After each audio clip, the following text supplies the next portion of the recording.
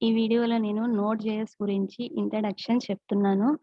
నోడ్.జేఎస్ అనేది సింపుల్‌గా చెప్పాలి అనంటే, ఎందుకు అనంటే జావా స్క్రిప్ట్ కోడ్‌ని బ్రౌజర్ బయట రన్ చేసి అవుట్‌పుట్‌ని ఇస్తుందనమాట. సో, సింగిల్ లైన్‌లో చెప్పాలి అనంటే, మనం నోడ్.జేఎస్ అనే ఒక సాఫ్ట్‌వేర్‌ని యూజ్ చేసి జావా స్క్రిప్ట్ కోడ్‌ని బ్రౌజర్ లేకుండా రన్ చేసి అవుట్‌పుట్ అనేది మనం చూడొచ్చనమాట. సో, జనరల్‌గా మనం జావా స్క్రిప్టు బేసిక్‌గా ఎలా చేస్తాము? ఒక హెచ్‌టీఎంఎల్ పేజ్ తీసుకొని, ఆ హెచ్‌టీఎంఎల్ పేజ్‌లో జావా స్క్రిప్ట్ కోడ్‌ని లింక్ చేస్తాము. లేకపోతే డైరెక్ట్‌గా ఈ హెచ్‌టీఎంఎల్ ఫైల్‌లోనే ఇక్కడ నేను ఒక హెచ్‌టీఎంఎల్ ఫైల్ తీసుకున్నా. దీంట్లో జావా స్క్రిప్ట్ కోడ్ ఎలా రాసాము? స్క్రిప్ట్ అనే ట్యాగ్‌ని యూజ్ చేసి రాసాము. One of the way.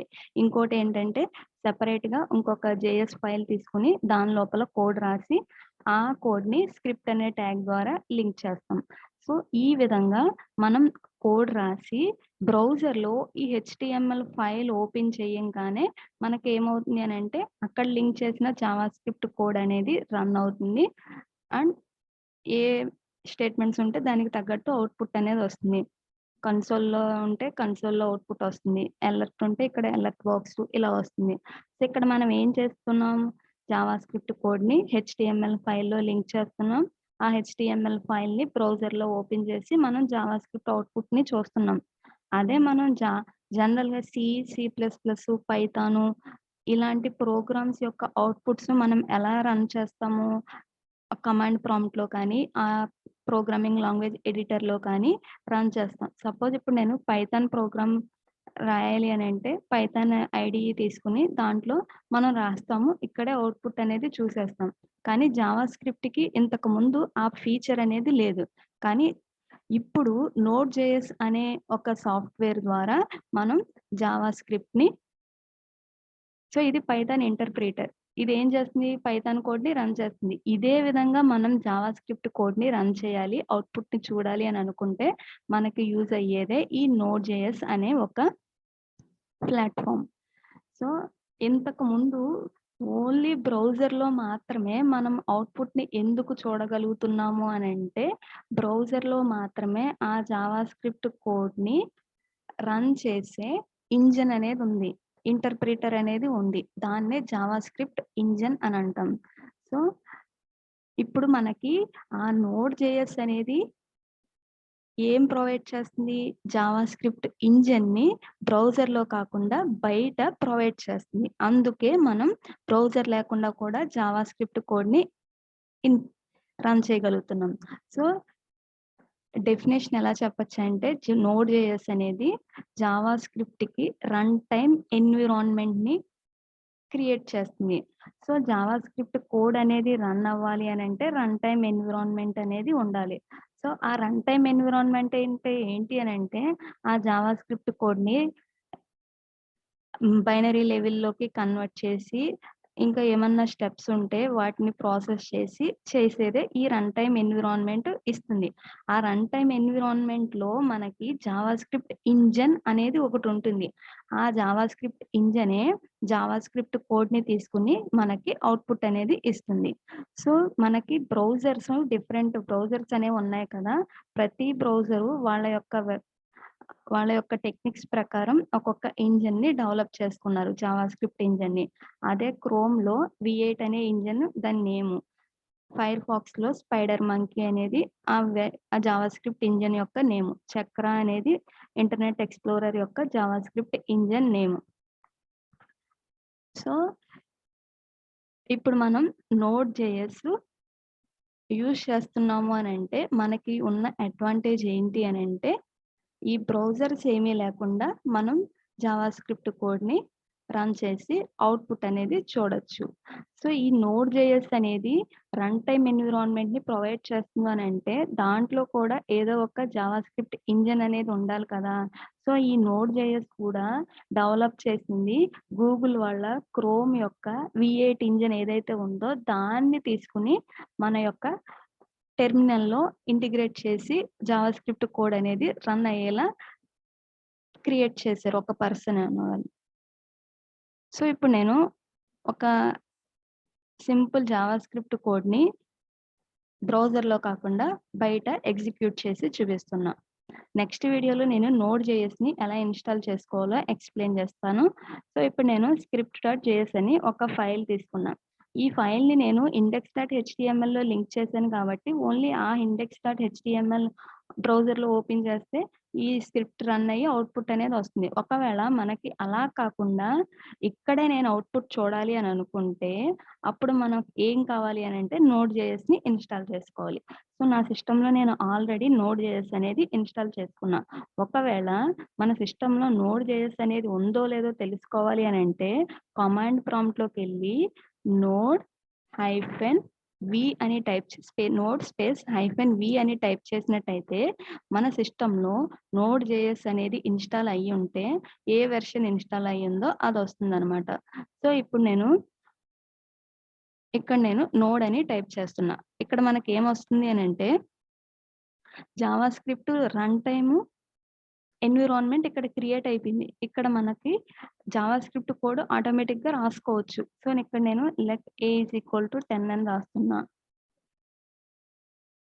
And ఇప్పుడు నేను console.log ఏ అని రాస్తున్నా. ఇక్కడ మనకేమవుతుంది జావా స్క్రిప్ట్ కోడ్ బ్రౌజర్‌లో ఎలా అయితే రన్ అవుతుందో సేమ్ అదే విధంగా రన్ అవుతుంది. కాకపోతే ఇక్కడ మనకి అక్కడ కన్సోల్ ఉంటుంది. ఇక్కడ టెర్మినల్ ఉంటుంది. కమాండ్ ప్రాంప్ట్ ఉంటుంది. సో, ఇక్కడ కన్సోల్ ఏ విధంగా అయితే వర్క్ అవుతుందో సేమ్ అదే విధంగా మనకి విండోస్‌లో అయితే కమాండ్ ప్రాంప్ట్, మ్యాక్‌లో అయితే టెర్మినల్ అలా వర్క్ అవుతుంది. సో, ఇక్కడ మనం నోడ్ అనే ఎన్విరాన్మెంట్‌లో ఉన్నాం. నోడ్ అనేది ఏంటి అనంటే జావా స్క్రిప్ట్ ఎన్విరాన్మెంట్ అన్నమాట. సో, ఈ ఎన్విరాన్మెంట్‌లో మనం జావా స్క్రిప్ట్ కోడ్ ఏదైనా రాసుకోవచ్చు. సో, ఇక్కడ నేను ఇంకొక వేరియబుల్ తీసుకొని constant B is equal to 14 అని రాస్తున్నా. సో, ఇప్పుడు నేను ఏ+బి రాస్తున్నా. మనం ఏ జావా స్క్రిప్ట్ కోడ్ అయినా రాసుకోవచ్చు. ఇదొక వే. సింపుల్ స్టెప్స్ అనేవి మనం ఇక్కడ ఎగ్జిక్యూట్ చేసుకున్న అవుట్‌పుట్ అనేది చూడొచ్చు. సో, నోడ్ అనే ఎన్విరాన్మెంట్‌లోకొచ్చాం కదా! ఇప్పుడు మనం దాని నుంచి బయటికెళ్ళిపోవాలి అనంటే ఎగ్జిట్ అని టైప్ చేసినట్టయితే సో, లేకపోతే కంట్రోల్-డి అని మన కీబోర్డ్‌లో కంట్రోల్-డి ప్రెస్ చేసినట్టయితే నోడ్ అనే ఎన్విరాన్మెంట్ నుంచి మామూలుగా నార్మల్‌గా కమాండ్ ప్రాంప్ట్ బయటకొచ్చేస్తుంది. సో, అదొక వే. అంతే విధంగా మనం వీఎస్ కోడ్ ఎడిటర్ యూజ్ చేసినట్టయితే దాంట్లో కూడా మనకి టెర్మినల్ ఉంటుంది. సో, ఈ టెర్మినల్ ఏంటి అనంటే ఇప్పుడు మనం ఈ ఫైల్ రన్ చేయాలి అనంటే నోడ్ జేఎస్‌ని యూజ్ చేసి ఇక్కడ మనం టెర్మినల్‌కి ఎళ్లి న్యూ టెర్మినల్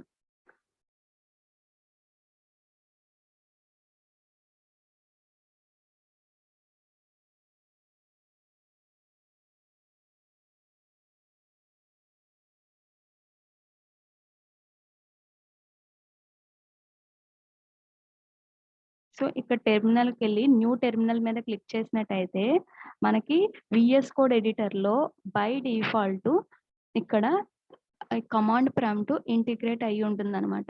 సో, మనం ఈ ఫైల్ రన్ చేయాలి అనంటే మనం ఏం చేయాలంటే ఫస్టు కమాండ్ ప్రాంప్ట్‌లో ఈ ఫోల్డర్‌కెళ్ళాలి. అంటే ఈ ఫోల్డర్‌కి నావిగేట్ అవ్వాలి. సీడీ అని చెప్పి ఆ ఫోల్డర్‌కెళ్ళి అక్కడ మనం ఫైల్ అనేది రన్ చేయాలి.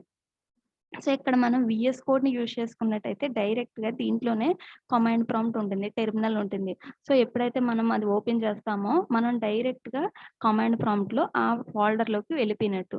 సో, ఇప్పుడు నేను ఈ ఫైల్‌ని రన్ చేయాలి అనంటే మనం ఏం చేయాలి అనంటే మామూలుగా అయితే సింగిల్ స్టెప్స్ అయితే ఆటోమేటిక్‌గా నోడ్ అని టైప్ చేసినట్టయితే నోడ్ ఎన్విరాన్మెంట్‌లోకెళ్ళి రాస్తాం. కానీ ఒక ఫైల్‌ని ఎగ్జిక్యూట్ చేయాలంటే అప్పుడు మనం ఏం చేయాలి అనంటే node space file name dot JS అని ఇవ్వాలి.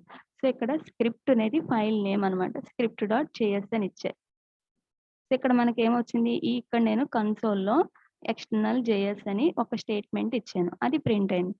సో, ఇక్కడ నేను console.log ఆఫ్ 10+20 అని ఇస్తున్నా.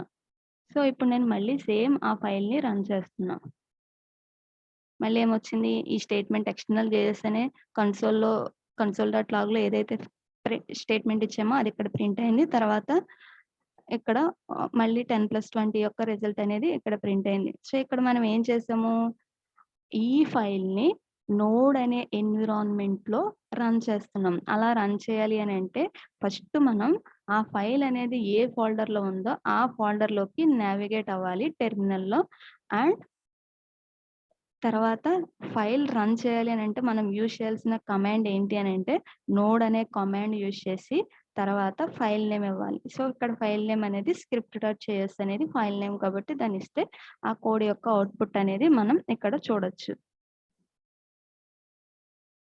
అండ్ మనకి వీఎస్ కోడ్‌లో ఒక ఎక్స్‌టెన్షన్ ఉంది. అదేంటి అనంటే కోడ్ రన్నర్ అనే ఒక ఎక్స్‌టెన్షన్ ఉంది.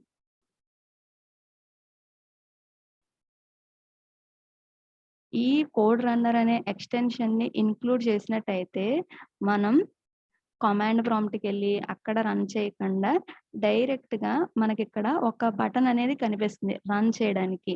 ఇంతకుముందు నేను ఏం చేశాను టెర్మినల్ ఓపెన్ చేసి ఆ టెర్మినల్‌లో node-script.js అని పెట్టాను. కానీ ఇప్పుడు నేను ఈ ఎక్స్‌టెన్షన్‌ని ఇన్‌క్లూడ్ చేశాను కాబట్టి మనం ఇక్కడ బటన్‌ని చూడొచ్చు. ఇది రన్ చేసే బటను. మనం ఏ ప్రోగ్రామ్ అయితే రాసామో ఆ ప్రోగ్రామ్‌నే ఇది రన్ చేస్తుంది. సి ప్రోగ్రామ్ రాస్తే సి ప్రోగ్రామ్ రన్ అవుతుంది. జావా ప్రోగ్రామ్ రాస్తే జావా, పీహెచ్‌పీ రాస్తే పీహెచ్‌పీ, పైథాన్ రాస్తే పైథాన్ ఇలాగా. సో, ఈ ఎక్స్‌టెన్షన్ ఏ లాంగ్వేజెస్ సపోర్ట్ చేస్తుందో ఇక్కడున్నాయి. C, C plus plus, Java ఇలాగా. సో, మనం script.js అని రాసామంటే ఇది జావా స్క్రిప్ట్ ఫైల్ కాబట్టి ఇక్కడ క్లిక్ చేస్తున్నప్పుడు ఈ కోడ్ అనేది ఇక్కడ నేను ఈ టెర్మినల్ అనేది ఇప్పుడు రిమూవ్ చేసేసాను. ఇప్పుడు నేను ఈ ఒక్క బటన్ క్లిక్ చేస్తున్నా మనకేమవుతుంది ఆటోమేటిక్‌గా కింద అవుట్‌పుట్ అనేది వచ్చేస్తుంది. ఇక్కడ మనకి ఈ అవుట్‌పుట్ అనేది ఉంది. ఇప్పుడు నేను మళ్ళీ రన్ చేస్తున్నా. ఇప్పుడు మళ్ళీ అవుట్‌పుట్ అనేది చూపిస్తుంది. ఇందాకటిది ఇప్పుడు మొత్తం ఇలా చూపిస్తుంది. సో, ఇప్పుడు మనకి ఇంతకుముందు ఉన్న అవుట్‌పుట్ క్లియర్ చేసుకోవాలంటే ఇక్కడ క్లియర్ అవుట్‌పుట్ అనేది క్లిక్ చేయాలి. అండ్ మళ్ళీ రన్ చేసుకుంటే మళ్ళీ కొత్తగా ఫ్రెష్‌గా స్క్రీన్ అనేది వస్తుందనమాట. సో, ఇది నోడ్.js యొక్క introduction. Thank you for watching.